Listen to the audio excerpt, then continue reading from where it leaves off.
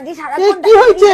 আজকে সারাক্ষণ দাঁড়িয়ে দাঁড়িয়ে এত কষ্ট কেন করো? আমি বলছি রেস্ট নেমে। তোমার খাওয়া গেছে? আরে আমার খাবার কথা চিন্তা করতে হবে না, তোমার খাবারের কথা ভাবো। তুমি কি করবে? তুমি রান্না করতে পারো না? কাজ করি আমি, মায়ের কাছ থেকে খেয়ে আসি, মাকে বলে রান্না করতে। কেন মাকে কেন? কেন মাকে বললে মা রান্না করে দাও, তোমার চিন্তা ও করতেছো?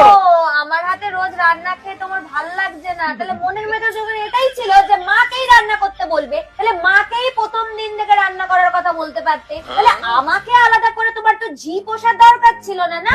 যে আমাকে রান্না করিয়ে নেওয়ার পর, এতদিন এত কষ্ট দেওয়ার পর আজকে হঠাৎ করে মনে হচ্ছে মায়ের হাতের রান্না খাবো। আরে বাবা, আমি ওইটা বলতে চাই না, আমি বলছি তোমার শরীর খারাপ, সেই জন্য মাকে বলছি রান্নাটা করিতে, মা আমার জন্য রান্না করে দেবে, খেয়ে নেবো। হ্যাঁ, মাকে বলো যে রান্নাটা তোমাকে যেন করে দেয়, কারণ তুমি তো এখন মায়ের কাছেই যাবে রান্না খেতে। আমার হাতের রান্না তো তোমার ভালো লাগবে না। একজনের জন্য তুমি আবার নিচে গিয়ে বলবে রান্না খাবে, মাঝরাতের বেলা সে রান্না চাপাতে বসবে। আরে শুধু আমার জন্য নয়, বাড়ির সবার জন্য, মা বাবা ভাই সবার জন্য রান্না করছে। ও আমার নামটা নিলে না কিন্তু। আর তোমরা তো 4 জন মেম্বার, আমি তো কেউ নই। আমি যদি বললাম আমি খাইনি, আমার নামটা কিন্তু তুমি নিলে না। নিলে কার নামটা? 4 জনের নামটা। তার মানে তুমি আমাকে মেম্বার ভাবো না, আমি বাইরের লোক, পরের বাড়ির মেয়ে, তাই তো?